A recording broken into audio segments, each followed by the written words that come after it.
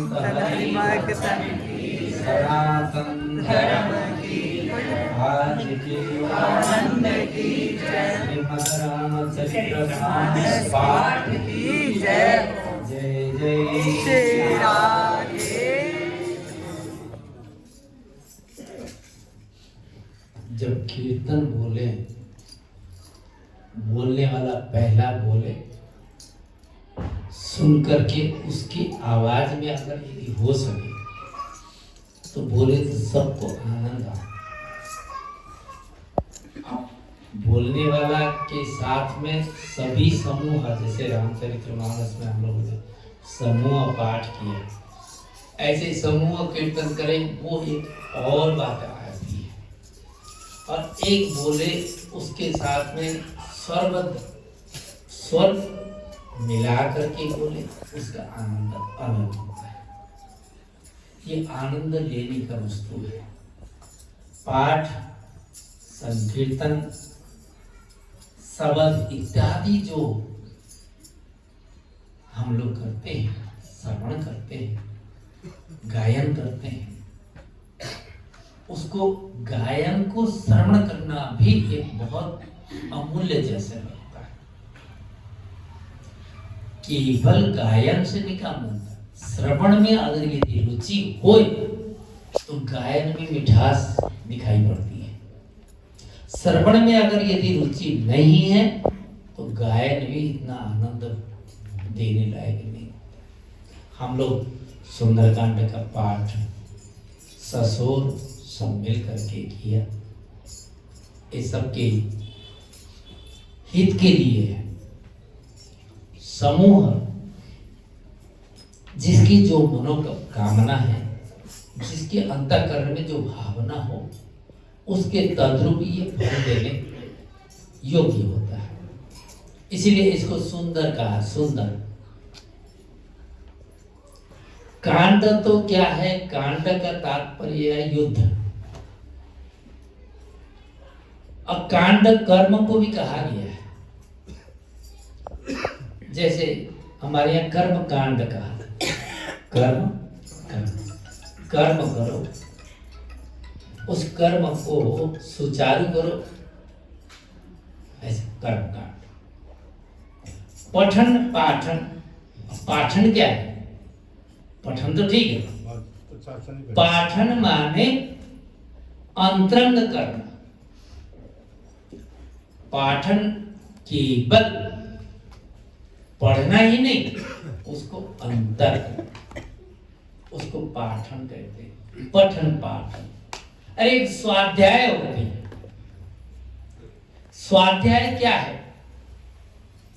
स्वाध्याय ये है कि स्वयं अपने आप उसको पढ़ करके उस पर मनन करते हुए अपने जीवन में धारण करते हुए चलने का नाम स्वाध्याय है। क्योंकि स्व माने वह, संस्कृत में स का तात्पर्य होता है वह।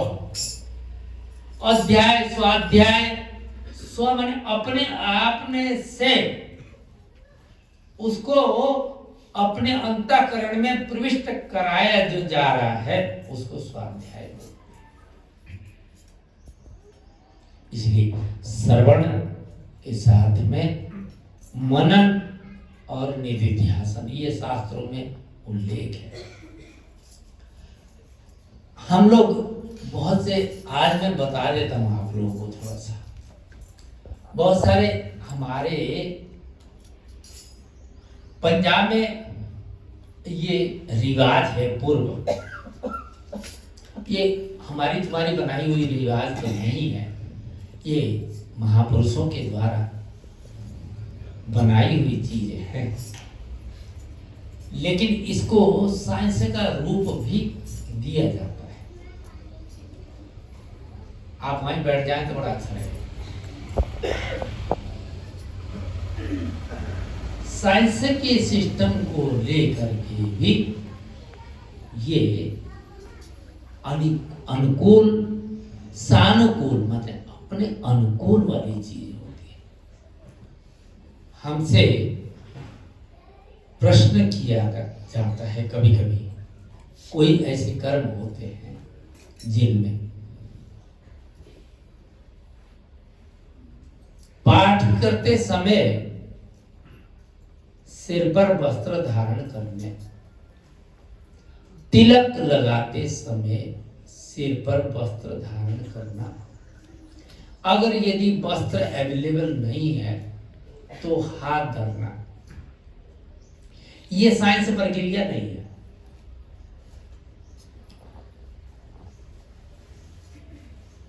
क्योंकि साइंस प्रक्रिया क्या है, हमारे शरीर में पंच प्राण हैं। भोजन के समय में हम उसमें ये साइंस की प्रक्रिया को वो करते हैं शास्त्रों के द्वारा। भोजन करते समय सिर पे जो वस्त्र हो उसको उतार देना चाहिए, और लघु शंका, शौच इत्यादि जाते समय सिर पर वस्त्र धारण करना चाहिए। क्यों? क्योंकि हमारे जो प्राण हैं, अपान, व्यान, उदान, समान, इस प्रकार के पंच प्राण है हमारे शरीर में। हम लोग जब शौच में जाते हैं तो जठराग्नि के माध्यम से जो प्राण है ऊर्ध्वगामी होता है, ऊपर की ओर उठता है, और जो वो ऊपर उठता है तो उसको निकलने के लिए जगह की आवश्यकता पड़ती है उस वायु। इसको अपान वायु हम लोग, अपान प्राण है तो अपान, व्यान, उदान इत्यादि। अपानु वायु है एक प्रकार से, जैसे प्राण में प्राण वायु है, इसी प्रकार से अपान वायु होती है।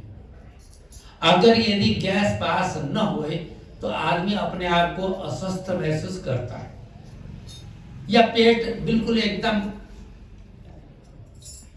साफ क्लियर दृष्टि से अगर यदि सफाई हो जाए तो भी व्यक्ति रिलैक्स महसूस करता है।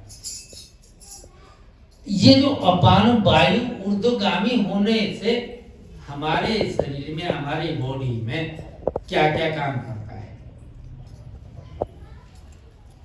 एक, हमारे आंखों में जल्दी घात करता है।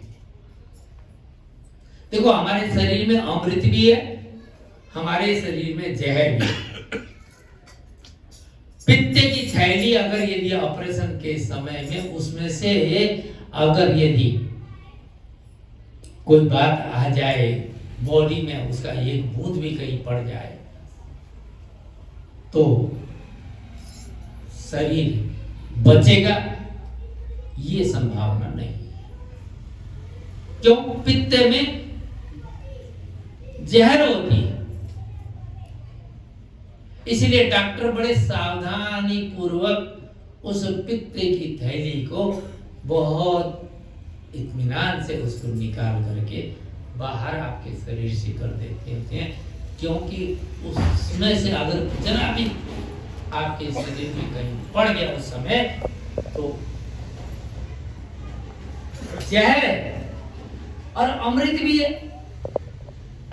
अमृत मैंने परसों सत्संग के समय में मैंने आपसे निवेदन किया था, जब हम लोग जीभ का अग्रभाग जो है ना, ऊपर तालु के पास नीचे जो तंतुरा है, उस तंतुरे में जीभ के नोक को इस प्रकार से अगर हम टच कर दें तो हमारे शरीर में अमृत प्राप्त होता है। ये साइंस प्रक्रिया भी है और वैदिक प्रक्रिया है। पूर्व जो ऋषि महर्षि हमारे गुरुजन लोग जो वर्षों 10,000 वर्ष, 20,000 बड़े पहले के जिनका नाम आज हम लोग राक्षस रूप में लेते बोलते हैं, तो वो भी 10,000 वर्ष तपस्या करते थे। 10,000 वर्ष कौन जी रहा है? कैसे जी रहे हैं? वो जीने का तरीका वही है। आप उसमें आप अपना जीभ लगा लीजिए उस तंतुरे में और आपको अमृत मिलता ही रहेगा और आपका जीवन आगे लंबे रूप से बना ही रहेगा। हमारे शरीर में जहर, हमारे शरीर का जहर जो है, हमको नमक हम लोग खाते हैं, नमक जो है ना जहर का मर्दन करता है। जो शुरू से लेकर के बचपन से लेकर के नमक नहीं खाता हो, सांप बिच्छू इत्यादि कोई काट ले तो वो मर जाएगा, व्यक्ति को कुछ नहीं उसका असर होता है। व्यक्ति के शरीर में नमक के कारण को लेकर के वो जहर की निवृत्ति होती है, नमक निवृत्त करता है। और ये खासियत ये भी है, आजकल थोड़ा सा नमक खाएं तो हम लोगों का जो है ना ब्लड प्रेशर में वृद्धि होना शुरू होता है। पहले के लोगों को ये बात नहीं थी, नमक खाते थे। आज हम लोग मेडिसिन के माध्यम से भी हमारे ब्लड प्रेशर को हाई करने में सक्षम हैं। जरा सा कोल्ड हो गया, गोली खाएंगे, गोली में क्या है? गर्म है। वो गर्मी जा करके आपको वो कोल्ड को दूर करता है। अब वो गर्मी फिर दूसरा काम तो कोई करेगा। मैं आपसे निवेदन कर रहा था कि जो अपान वायु ऊर्ध्वगामी होता है, वो ऊर्ध्वगामी होने से आइज आंखों की रोशनियों में डिफिकल्टी और सिर के बालों में डिफिकल्टियां आती हैं। आज बाल क्यों झड़ रहे ज्यादा? वो इसलिए कि अनेक प्रकार के केमिकल इस्तेमाल करते हैं। केमिकल तो करते हैं। जो अब हम शौचालय में जाते तो आप कोई कपड़ा तो वहां रख करके जाते हैं। वो अपान वायु जब ऊर्ध्वगामी होता है तो ऊपर उठा हुआ चीज जो है वो निकलने के लिए प्रयास करता है, तो यहाँ से बालों के जड़ों के पास से निकल करके वो ऊपर चला जाता है। तो बालों में सफेदी जल्दी आने का कारण भी, बाल जल्दी झड़ने का भी ये कारण बना देता है। और दिन भर सिर में बोझा बना रहे, सिर हल्का न रहे, इसमें भी वही अपान वायु जो है ना हमारे लिए कर्म करता होता है। और इसको भोजन के समय में जो सिर पर है उसको नीचे रख दे। क्यों? क्योंकि हम लोग भगवान को भोग लगाने का एक नाटक बनाए हुए हैं। पता नहीं भगवान खाता है कि नहीं खाता है। खाता तो है, लेकिन हमारी दृष्टि वैसे नहीं बनी है। भोग लगाते हैं, बाहर भोग लगाते हैं। किस प्रकार से? यज्ञ के माध्यम से भोग लगाते हैं। अग्नि, जठराग्नि, तुम्हारे शरीर में भी जठराग्नि है, तुम भी हवन करते हो नित्य, और बाहर के यज्ञ में भी तुम नित्य यज्ञ करते हो। यज्ञ करते समय आवाहन करते हो। जितने भी देवी देवताएं हैं उन सब का आवाहन करते हैं आप। सूर्याय नमः, चंद्रमाय नमः, वरुणाय नमः इत्यादि इत्यादि नामों से उनको आहुति देते हैं।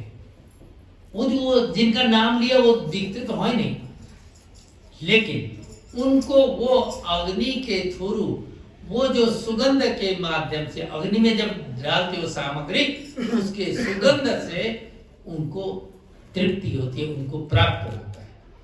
ठीक वो अग्नि में, जठराग्नि के माध्यम से जो हमारे शरीर में भी बना हुआ है, वो हमारे शरीर में भी भगवान का निवास है। हम जो अन्न खाते हैं वो भोग लगाने की बात आती है, तो भोग जो है ना वो सूक्ष्म रूप से ऊर्ध्वगामी बने, और उसका जो वास क्यों है? वासना वासुदेवस्य। हम लोग वासना बोलते हैं। वासनाएं कई होती हैं, एक प्रकार की वासना नहीं होती, अनेक प्रकार की वासनाएं हैं। सुगंध को हम लोग वासना बोलते हैं।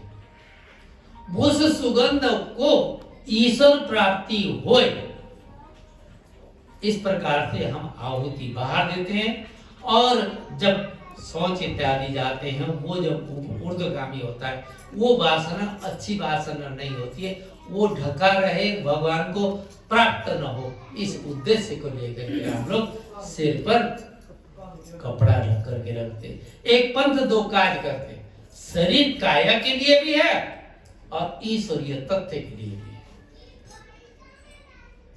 इसलिए हम लोग भोजन के समय पर वस्त्र को निकाल करके और बाकी शौच इत्यादि जाने के समय पर सिर पर वस्त्र डालना।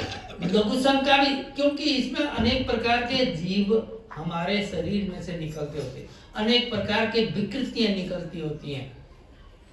इसलिए ये हमारे ऋषियों का साइंस है कि साइंस कोई क्या रिसर्च कर रहे हैं, यही सब रिसर्च करते हैं। एक शब्द को सुन करके उस शब्द के माध्यम से रिसर्च करके तुम्हारे सामने प्रूफ लाते हैं, प्रैक्टिकल लाते हैं, तो तुम मानते हो ये साइंस। जैसे एक रोटी शब्द है, अगर किसी को दिखाई न पड़ रही हो तो उसके सामने कह दो कि रोटी, तो बोलते हैं क्या होती है रोटी, कैसी होती है, किस प्रकार से आती है। और जिसने ये विधि पहले ले लिया है, उसको रोटी शब्द कहते ही उसके सामने, चाहे भले टेबल पे आए ना आए, लेकिन आंखों के सामने उसको जैसे कहीं कोई चीज देखा हो, उसके प्रतिबिंब को हम लोग देखते, ऐसे रोटी के प्रतिबिंब को भी हम देखते, दिखाई पड़ता है। हमारे कहने का आशय ले दे करके क्या है, हमारे जो हम लोग पढ़ते हैं, जो हम लोग श्रवण करते हैं, उसको अपने जीवन में उतारने का लक्ष्य चाहिए, उसका आनंद की अनुभूति देने की बात होनी चाहिए। कोई गा रहा है, पहले सुनो, सुनने के बाद में कुछ आपको उसका अर्थ महसूस होगा, वो अर्थ आपको अनर्थ नहीं करेगा। अगर कोई उच्चारण कर रहा है, आप उसमें साथ में उच्चारण करेंगे, अगर उसके लय के मुताबिक नहीं कर पाए तो थोड़ा सा भद्र व्यवहार हो जाए। कोई संगीतज्ञ हो, उसके सामने जरा थोड़ा सा, अब वैसे तो बहुत संगीतज्ञ हैं, स्वर जो निकलता है वो नाभि के माध्यम से स्वर निकलता है, उस स्वर को ही श्रवण किया जाता है। महापुरुष लोग श्रवण दे, स्वर देते हैं आपको। कोई भी स्वर है उसको प्रैक्टिकल बनाने की आप चेष्टा करते हो। जब तक कानों से स्वर नहीं सुनोगे तब तक तुम्हारे जीवन में प्रैक्टिकल नहीं आएगा। इसलिए हम लोग चिल्ला करके बच्चों को, मैंने कितनी बार कहा तुमको समझ में नहीं आती, ऐसा करके चीख के बोलते हैं, चिल्ला के बोलते हैं। और महात्मा अगर तुमको चिल्ला करके बोले तो महात्मा, ऐसा महात्मा की आदत होती है जोर से ऊंची बोलने की, गुस्सा होकर बोलने का। ये लेकिन उनका गुस्सा नहीं होता, किसी का भी गुस्सा तो नहीं होता। माँ अगर यदि बच्चे को चिल्ला रही है तो माँ बच्चे से गुस्से होकर के नहीं, उसके जीवन की सार्थकता को लेकर के वो चीखती है, चिल्लाती है, बोलती है, यहां तक जब नहीं मानता ऐसा भी की जाता। ले लेकर के कहने का आशय आपके कहीं न कहीं श्रवण करके ये हृदय, हम लोग हालांकि जल्दी जल्दी पढ़ते हैं, अगर सुंदर कांड को आराम से इत्मीनान से पढ़ना हो तो 4 घंटा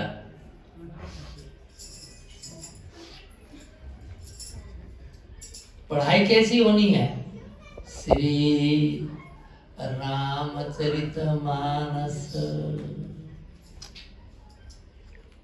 अब थोड़ा सा विचार आएगा ये, रामचरित मानस, राम जी का चरित्र को बोले मानस। मानस क्यों रखा? क्योंकि मन से ऐसे नहीं है, मन से उसको मन में ले जाओ और मन में विचार करो, तभी मानस बनेगा, नहीं तो नहीं बनता। क्योंकि जो भी व्यक्ति पढ़ता है ना, स्वांतः सुखाय, अपने सुख के लिए करता है, दूसरे को सुख देने का चेष्टा नहीं करता। हम लोग बहुत व्यवहार क्षेत्र में कह सकते हैं, अरे हमने सतपाल जी के यहाँ बड़ा उपकार किया। कोई उपकार हमने अपने स्वार्थवशात, अपने सुख के लिए, हो सकता है सतपाल का कोई कर्म कर दिया होगा, अदरवाइज सतपाल के ऊपर कोई एहसान कर दिया, ऐसा नहीं है। कोई भी कहीं भी, चाहे वो भगवत माध्यम हो, चाहे व्यवहारिक माध्यम हो, कर्म कृत्य जो होते हैं वो अपने ही लिए होते हैं। जरा विचार करके देखो, जब तक विचारोगे नहीं तब तक ये बात नहीं आएगी समझ में। हम दूसरे को कहते हैं ना, तो रामायण में इसमें है, तुलसीदास जी ने ये जब इसकी रचना करने लगे तो क्या कहते हैं? किसी ने पूछा होगा उनसे, अरे भाई रामचरितमानस का जो तुम रचना करने जा रहे हो वो क्या लोगों के लिए? बोले नहीं, लोगों के लिए नहीं, स्वांतः सुखाय, मैं अपने सुख के लिए। स्वांतः सुखाय तुलसी रघुनाथ गाथा, ये तुलसी जो है ना, स्वांतः सुखाय, अपने सुख के लिए भगवान राम का गुणगान कर रहा, इसलिए स्वांतः सुखाय। वहीं बैठ जाओ। स्वांतः सुखाय, अपने सुख के लिए। कोई भी व्यक्ति किसी के सुख के लिए को काहू को सुख दुख कर दाता, निज कृत कर्म भोग सब। अपने ही किए हुए कर्म को भोगता है, कोई किसी को दुख नहीं देता है, किसी को सुख नहीं देता। हम कहते तो है हमको बहुत सुख मिला। हमारे गुरु जी ने, गुरु एक दूसरी दृष्टि है, लेकिन व्यवहार क्षेत्र में अगर यदि गुरु जी को शरीर रूप से लेते हैं तो कह सकते हैं गुरु जी ने हमको बहुत सुख दिया। गुरु जी से पूछ करके देखो, गुरु जी आपने सुख दिया हमको? वो कहे मैंने काहे को सुख दिया? अब तुम्हारे माध्यम से तुमको सुख मिल रहा है। तुमने गुरु जी के प्रति जो आस्था बनाया, श्रद्धा बनाया, विश्वास बनाया, उससे तुमको सुखानुभूति होगी। को काहू को, इसी में लिखा है रामायण में, को काहू को सुख दुख कर दाता। न सुख के किया हुआ न दुख किया हुआ, निज कृत कर्म, अपने माध्यम से किया हुआ जो कर्म वो तुम्हें सुख और दुख दे रहा होता है। न कोई सुख देता है तुमको, न कोई तुमको दुख देता है। इसलिए स्वांतः सुखाय, अपने सुख के लिए हम लोग इसका, और अधिक क्यों बोलते हैं, बुलाते हैं। अधिक आवाहन करने का तात्पर्य क्या है?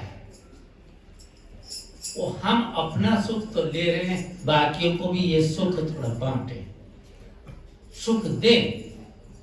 वो आ करके पाठ करके उनको भी सुख मिले। हम तो ले ही रहे हैं अपने लिए, लेकिन बाकी को भी मिले, इसलिए आह्वान करते हैं, तुम भी आओ, तुम भी आओ, तुम भी आओ। जिन्होंने आह्वान किया उसके पुण्य वृद्धि होते हैं। आह्वान करने वाले का पुण्य वृद्धि होती है। हम जब छोटे छोटे थे, गांव में श्रीमद् भागवत की कथा होती थी, पूरे गांव को पर डे हर रोज निमंत्रण दे करके आते थे। हमारे घर में भागवत सप्ताह हो रही है, आप कृपा करके भागवत श्रवण करने के लिए आओ, खाने के लिए नहीं। खिलाते ही नहीं थे, गांव में नहीं खिलाते, केवल भागवत श्रवण करने के लिए, भागवत श्रवण करने के लिए आप आइए, निमंत्रण दिया जाता। रोज ये मैंने अपने इन्हीं चर्म चक्षु से देखा है, इसलिए मैं आपको बोलता हूँ। देखा इस विषय ये होना चाहिए, आवाहन होना चाहिए। इससे क्या होता है? भाईचारा बना रहता है। आज भाईचारा दूर होता चला जा रहा है। मोबाइल सबके हाथ में है, इसने सबको भाईचारा से दूर किया। अच्छा, जो कोई बतावे कि नहीं किया, कोई हाथ खड़ा करे। इसने अपने भाईचारे को दूर नहीं किया है, कोई है ऐसा बोलने वाला? कोई नहीं कह सकता, क्योंकि परिवार के सदस्य में 2 बच्चे हैं, माता पिता 4 जने बैठते हैं आमने सामने, एक ही पलंग पर बैठे, सब अपने अपने जेब से अपने अपने मोबाइल लेकर के अपना अपना ऐसा ऐसा करना शुरू करते। कोई किसी बात ही नहीं होती, ना सुख की बात होती है ना दुख की बात होती है। अरे सुख दुख की बात करो तो भाईचारा बनेगा ना, उसमें शरीक होगे तो भाईचारा बनेगा। ना तुम बोलते हो ना तुम शरीक होते हो, काहे के भाईचारे? आज भाईचारा भी दूर किया है इसने बहुत कुछ दूर किया, इसने बहुत कुछ दूर किया हुआ है। आप लोग जरा गौर करके देखो, है तो बनाया ये अनर्थ के लिए नहीं बनाया, अर्थ के लिए बनाया, आपके जीवन के साथी के लिए बनाया गया ये। लेकिन इसका दुरुपयोग होता है, सदुपयोग नहीं। सदुपयोग करो तो ये साथी आपका,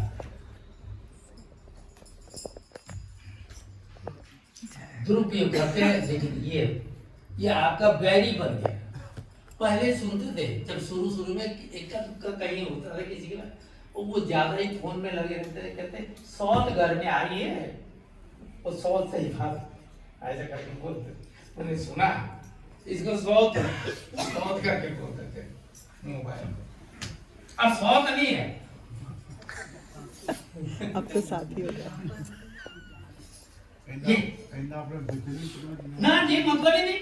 अरे बच्चे को अगर ये करके और वो आटा और घी उसकी पनीरी बना करके और गुड़ डाल करके, चीनी भी नहीं थी, गुड़ डाल करके भगवान का मंदिर खोल करके और भगवान को भोग लगा करके फिर शयन आरती करा करके फिर जा करके उनको शयन कराया। ये तुम्हारी रमण रीति की बात है। यहां व्यक्ति प्रत्यक्ष प्रैक्टिकल बात करते हैं आपस में। हनुमान जी को लड्डू खाते थे, खिलाया लोगों ने। अपने में दम होना चाहिए खिलाने की। वो कब होगा? जब स्मरण करेंगे। स्मरण कर ले मेरे मना, बीती उमरिया भजन बिना। उम्र सारी बीत गई,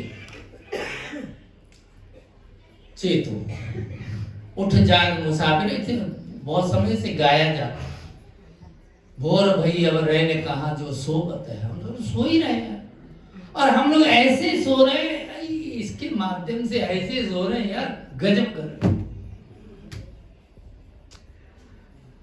इसलिए जाओ थोड़ा सा ये स्वांता सुखाय के लिए रामचरितमानस का सुंदर बनो, सुंदर कर्म करो। कांडक में कर्म, ये पढ़ करके सुंदर कर्म करो, वहां देखो सुंदर क्या क्या है।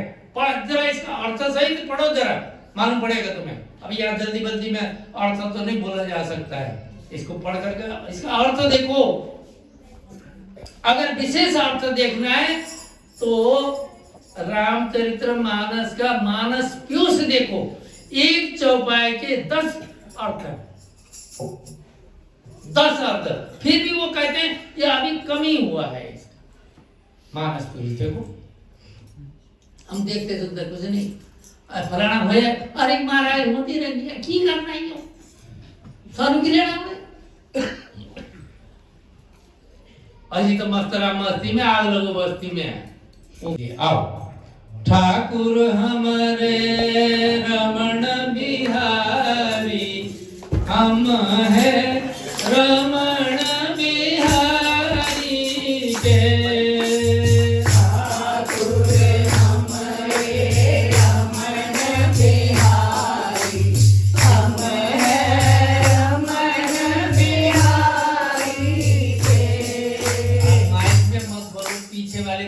इन्हें पता ही नहीं लगता। और यहाँ बैठे हैं, कम से कम उनका मुंह तो पवित्र हो। ठाकुर हमारे रमण बिहारी, हम हैं रमण बिहारी के। ठाकुर हमारे रमण बिहारी, हम हैं रमण बिहारी के। ठाकुर हमारे रमण बिहारी, हम हैं रमण बिहारी के। ठाकुर हमारे रमण बिहारी, हम हैं रमण बिहारी के। साधु सेवा धर्म हमारा, पावन दुनियादारी से।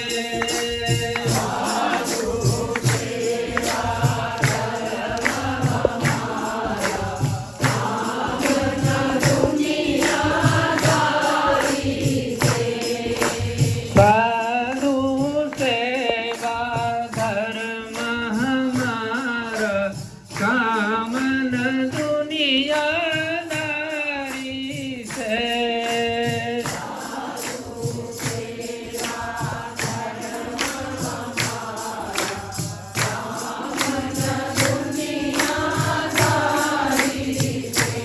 कोई भला कहो चाहे बुरा कहो, हम हो चुके रमण बिहारी के। कोई भला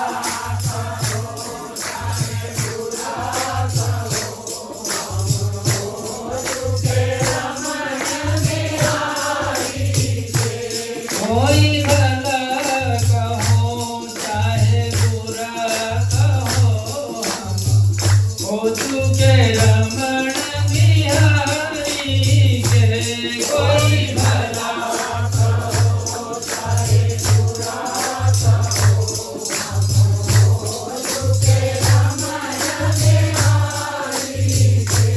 हम हो चुके रमण बिहारी के।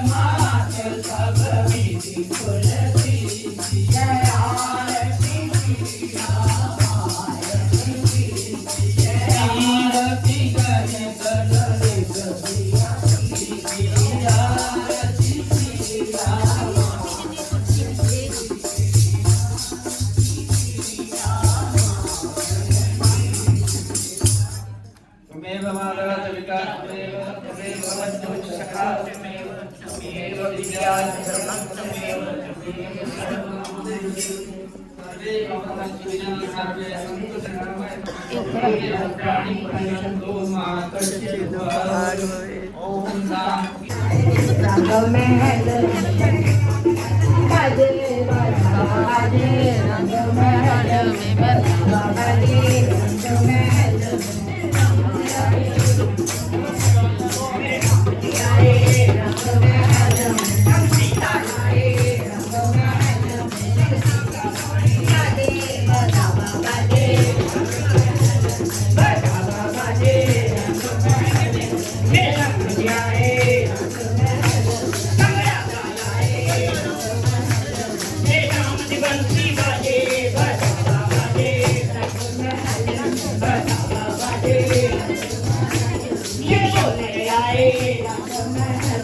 नए भोले आए सब गौरा गाए सब गौरा गाए हे भोला डमरू बाजे बजावा बाजे बजावा बाजे हे रंग महल में रंग महल में रंग महल में बाजे बाजे बाजे हे मैया आई हे मैया आई शमशेर आई शमशेर आई हे मेरा शेर बजे बजावा बाजे बजावा बाजे हे रंग महल में रंग महल में रंग महल में बाजे बजावा बाजे बजावा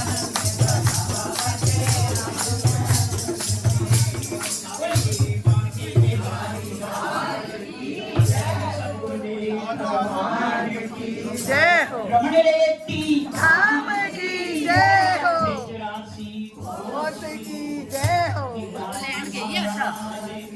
जय हो गंगा जमुना मैया जय हो गौ माता जय हो संत भाई जय हो भगत सनातन धर्म जय हो आज के आनंद की जय हो के आनंद नंद की जय हो के आनंद की जय हो जय श्री राधे जय श्री राधे जय श्री राधे श्री कृष्णाय वासुदेवाय हरे परमात्मने प्रणतक्लेशनाशाय गोविन्दाय